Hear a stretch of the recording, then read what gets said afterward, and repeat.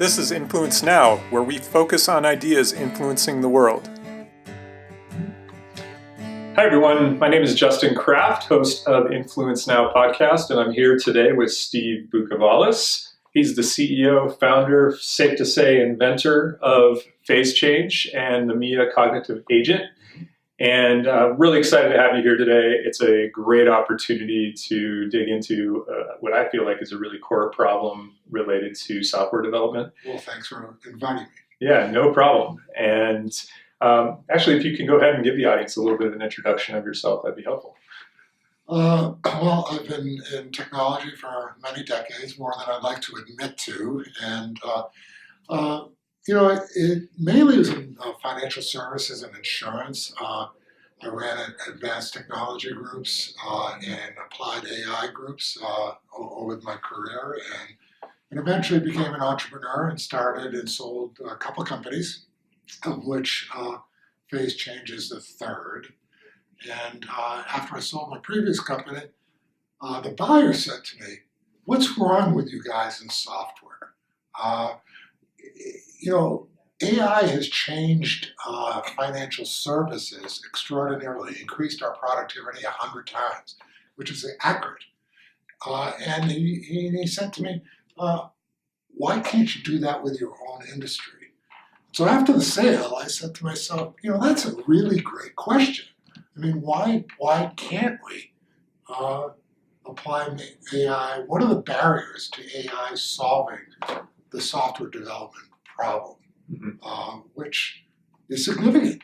While financial services has gone up hundreds of times in productivity, software has only gone up in the same period of time, only about 3 times. Yeah, the productivity question. We'll get into that here. I think that's a huge component of this. So tell us a little bit. You kind of explained a little bit of what the problem is already, but what is PhaseChange for those that don't know? Yeah. The essence of PhaseChange is to change the essence of software. It sounds like a pun, but when we look at software, it's extremely manual, software development. And when we look at other industries, we see them entirely automated, robotics, digital technologies and such. And so the question is, what's wrong with software development? And what we've done is figured out a way to change the essence of software development such that it can be digitized and brought into AI such that it's on a productivity curve more like Moore's Law, that it can just increasingly, much more rapidly every year get more and more productive. Yeah, that's fantastic. Having determined now what PhaseChange is for the audience and classifying it for the audience a little bit, you got into a little bit at the beginning about the story of what this is and some of the issues that exist and why AI hasn't necessarily been applied to software, which is really weird to me that it isn't in actual software development. Maybe give us a little background. Give us a little bit of the story of PhaseChange and how it came to be and where we are, maybe a little bit of the roadmap of how it has gotten to where it is now, which I guess the audience should also know this. PhaseChange is very close to being, I guess, publicly available, probably in the next few months here. And it's been a long road to get to this point. So I think the audience would be interested in hearing what the story is and maybe that roadmap of how it got to the point it is now. Well, the story and the road has been tortuously twisted because it actually seemed like a simple problem when I started, but it turned out to be a lot of steps of innovation in it. It wasn't a single innovation. The core of it, though, which took many years to develop, is to be able to represent mathematically, in terms of formal systems, what people do when they're developing software. I call it human-centric. So we describe the problem in 2 human-centric ways. One is AI has suffered over the years in trying to build automatons, agents, whatever, for the real world. And it's hard for an agent to learn about the real world. We, as human beings, in our first 3, 4, 5 years, we're programmed by evolution to be able to suck all that knowledge in and how to behave in the world. 200 million years of evolution has made us this way. We're only beginning to figure out how to make an automaton, an agent, be able to learn that way. And we haven't nearly caught up to the human ability to behave, learn about the world and behave in the world. Software, however, is a more symbolic world. Software, if you define it that way, is a much simpler world to create an agent in. But no one has been able to figure out how to do it. And what we did is human-centric. We broke it into 2 pieces. The creative piece that humans do, figure out what do I want to build? How am I going to use it? That's very creative. That's a physical world, real world thing. Then how to implement it is that symbolic world, and that's what we made the AI for. Mm-hmm. And that collaboration between those two is how we got it digitized and into a cognitive platform. So it's truly a blend of how a human thinks and interacts with a technology in combination with the technology, then learning what that person is inputting into it, and also learning from what maybe the code structure already looks like. That's exactly right. And pulling that all together into one cohesive solution. So you can't ask me anything about making appointments or how to drive a car or anything like that. But if you want to find the piece of code that caused a bug, she's really good at it. She's much better than a human being. So humans are the ones that drive it, they're the creative ones, and me as the amplifier and using machine speed and machine learning to make it happen. Yeah, perfect way to explain it. Diving into maybe, in my research, I see a lot of applications of this and ways that this can be utilized, and I'm excited that there's something out there that so many people in my network are coders and developers and software creators of things like that, and to have something that actually helps them would just epically huge for them. Mm-hmm. What are the biggest challenges in the market, or not from the standpoint of selling it to the market, but the challenges that these developers are having, and these coders and these CIOs, and what are these problems that it's looking to solve? I mean, it's addressed on your website that Cobol is one of the main legacy systems that this is aiming to solve. But why is there a gap there? What is that gap? Is it that the workforce is leaving? Is it that the workforce is retiring? Is it that they just can't find new talent? Is it the actual ability of it to find code? What are all the problems that this is really looking to solve?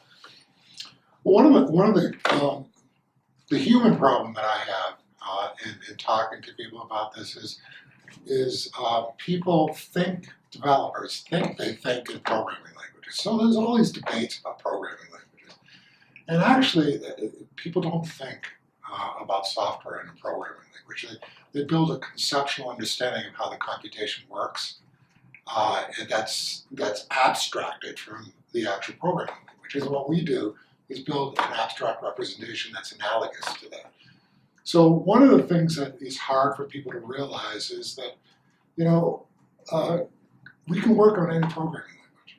And that boggles their mind. So Cobol is this old 40, 50-year-old language that has atrocious legacy problems because the code has been around. It runs 85% of the financial transactions in the world. And it's 220 billion lines of code.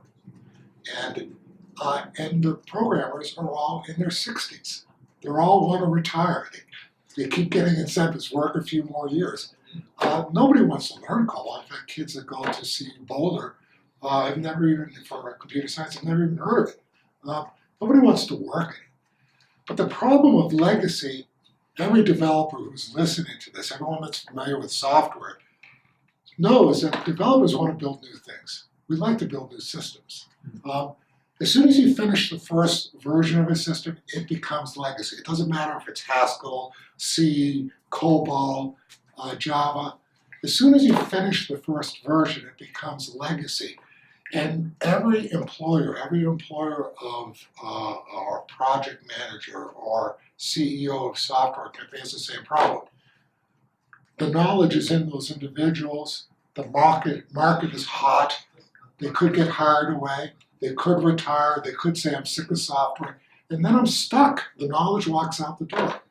What Mia does, the agent does, the cognitive agent does, is we compile the software, the language, into a knowledge representation that allows her to reason the way software people do. So it becomes an asset of the corporation. It becomes something that can never walk out the door. But it's universal. We're starting, as you say, with Cobol because it's such a huge problem. But it works with any language because it represents conceptually how software works, not as a programming language. Now, have you guys done any research on actually how much this will improve productivity and efficiency, and also maybe an analysis of how much it'll affect that cost number of people? Because I'm assuming you have to pay a lot for these Cobol people to stay on, and that's a huge cost to these massively huge organizations and companies running financial data and financial systems. I don't know. Do you have an estimate of what the cost savings might be? Yeah. Well, we've done it empirically. I mean, we have some academics and staff, some PhDs that were doing some more formal scientific studies. But it's striking. What we quote in our literature on our website is actually a very low estimate. We say 4 to 8 times improvement, not percent times. So 400 to 800 times. And that's for our entry-level product, which is simply a cognitive agent that understands software and helps humans understand software. Because the literature says that 70% of commercial software development in the legacy, the maintenance stage, is figuring out what the guy down 2 cubicles down actually was doing when he or she wrote their code. Mm-hmm. And that's well established. Our internal studies is actually, when we've actually tested people, it's actually 100 to 150 times improvement in tasks. So it's a stunning improvement, and that's why we compare it to Moore's Law. It's a new curve for software productivity. Yeah, that makes sense that the tagline on the Cobol portion of the website then is Cobol will never be the same, and it's actually legacy software will probably never be the same because productivity-wise, this will allow software developers, CIOs to be more creative and proactive in what they're doing and creating rather than spending all their time trying to find bugs in code or trying to learn whatever this other coder wrote over here, when it can just be interactive very quickly. I can see so many different ways this can be used, which leads me actually to another question. Knowing that there's an actual product launch coming, targeted end of summer, I'm guessing somewhere around there, from what I've read. What is it that, or has Mia already, the cognitive agent piece of this, has this already been put in play on any test clients, or is it actively being used? Where are we at in the beta testing cycle? Is this really close, to being used? We are finishing our alpha product development for Cobol in financial services with partners. Beta program will start mid-year. We're projecting July. And GA will be next year. Okay. So, from our point of view, I mean, we're in more than 10 years into R&D on this. We've built a lot of research platforms to show that it works, but this is the first product launch we're very excited about. Very excited about. Yeah. For 10 years worth of work, I can't imagine what that party's going to look like when you finally get there. So, people, this is not an academic project. I mean, obviously we use science, but seeing people in real companies actually using it is just so exciting to us, because that's really where the rubber meets the road. And we've established one target market that this will be utilized in probably, and that's Cobol and then also financial systems. Is there any other companies, partnerships, other ways that this product is going to maybe fit into other things, or maybe like an Accenture or somebody like that would potentially be able to utilize this, like some kind of third party, and plug it into their tool sets and what they're doing for clients? That's actually a great question. So because I'm an old guy, I call that distribution. Channel approach is what we're taking approach. We have a little bit direct relationships in our alpha and beta program, but really we want to be more like an Intel Inside. And so we're already talking to, I can't talk about the names of the companies, but we're already talking to companies about embedding and rebranding MIA into automation suites that exist in companies like the one you mentioned and others as well. Okay, I mean, fantastic. When I was asking that question, it was coming, or when I was thinking about all the use cases, it was coming to me, and that being a really good vertical for you guys. So it's great to hear that you guys are thinking about that. So I always like to ask, just the difficulties, because we have an audience too that's entrepreneurs and also business focused side. And one of the questions I usually like to ask a lot of the guests we have is, if you can elaborate on, you've been at this for 10 years, I imagine there's been quite a few difficulties. Maybe elaborate on some of the difficulties or maybe ways that advice maybe you can give to others that are in the startup world. Because this product, being 10 years in, has taken a massive amount of commitment on your part. And just changing gears a little bit into just some advice for the audience. What is it that you have learned from this experience that maybe you can pass on to others, that whether they're building software programs or a product, or it could be anything in the business side of things, that you have learned doing this that you can maybe pass along to the audience? Yeah,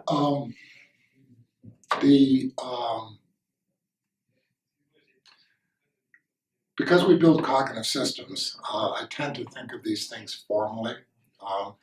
And one of the things is that I've come to realize that we all, people, are living in bubbles. And and people talk about it in politics now a lot. I'm not going to politics. I'm just talking about belief systems in science and in industry. We see it as fads all the time. When you come with an idea that is so much outside of people's bubbles, and the truth of it, even when you demonstrate it to them, they don't believe it. They claim it's a fraud. Mm-hmm. And so my advice to entrepreneurs is, if you want to do something extraordinarily significant, be prepared for serious pushback. Be prepared for talking to people like Justin and asking advice. How do I explain this in a way that people will actually believe me? I've become much more of a, how do I explain things to these different communities, the science community, the engineering community, the customer community, the IT managers, the CIOs. Every single community needs to hear it in a different way. It's been incredibly hard. Mm-hmm. That's the biggest challenge. The messaging. Yeah, the message, the voice. We discovered that a lot with many startups that my agency that I actually own outside of this works with, and additionally just those we talk to on InfluenceNow. So great piece of advice. I want to give you the opportunity to plug Phase Change really quick as well. So where can people, one, get more information, and then two, interact or engage with you to maybe even get in your pipeline for learning more about this, getting a demo? How do you want people to contact you? Okay, well, contact through the website is probably the best way. Reference this podcast and say that you want to talk to me directly, and myself or my COO will get back to you. What we're really looking for in terms of relationships is those channel partnerships. It doesn't matter what language, if you're interested in Java or if you're interested in, Haskell's at the other end. I mean, we're interested in expanding this as quickly as possible, and we're looking for partners in that space. If you have special purpose applications that are particularly hurting, we'd like to talk to you as well. So please feel free to reach out and talk to us. We're a we're a typical organization where email and messaging is the best way to contact us. But we're very responsive and we love talking to people. Thanks for that. Yeah, fantastic. And I will go ahead and post all of the necessary information on the podcast pages and across those. But just so everyone knows, it is Phase Change, PhaseChange.ai is the main site. There's actually a Cobol.PhaseChange.ai as well if you want to read more about the Cobol specifically piece of this. I believe there's also a video on the website currently that helps explain this a little more from a cognitive standpoint. Yeah. And I would like for anybody to please do share this, tell your friends about it, especially if you're in the developer coding space. This is really something that's absolutely game-changing that people just can't believe is here. So you will hear a lot more about this in the future, and I want to thank you so much. Thanks, Justin. Yeah.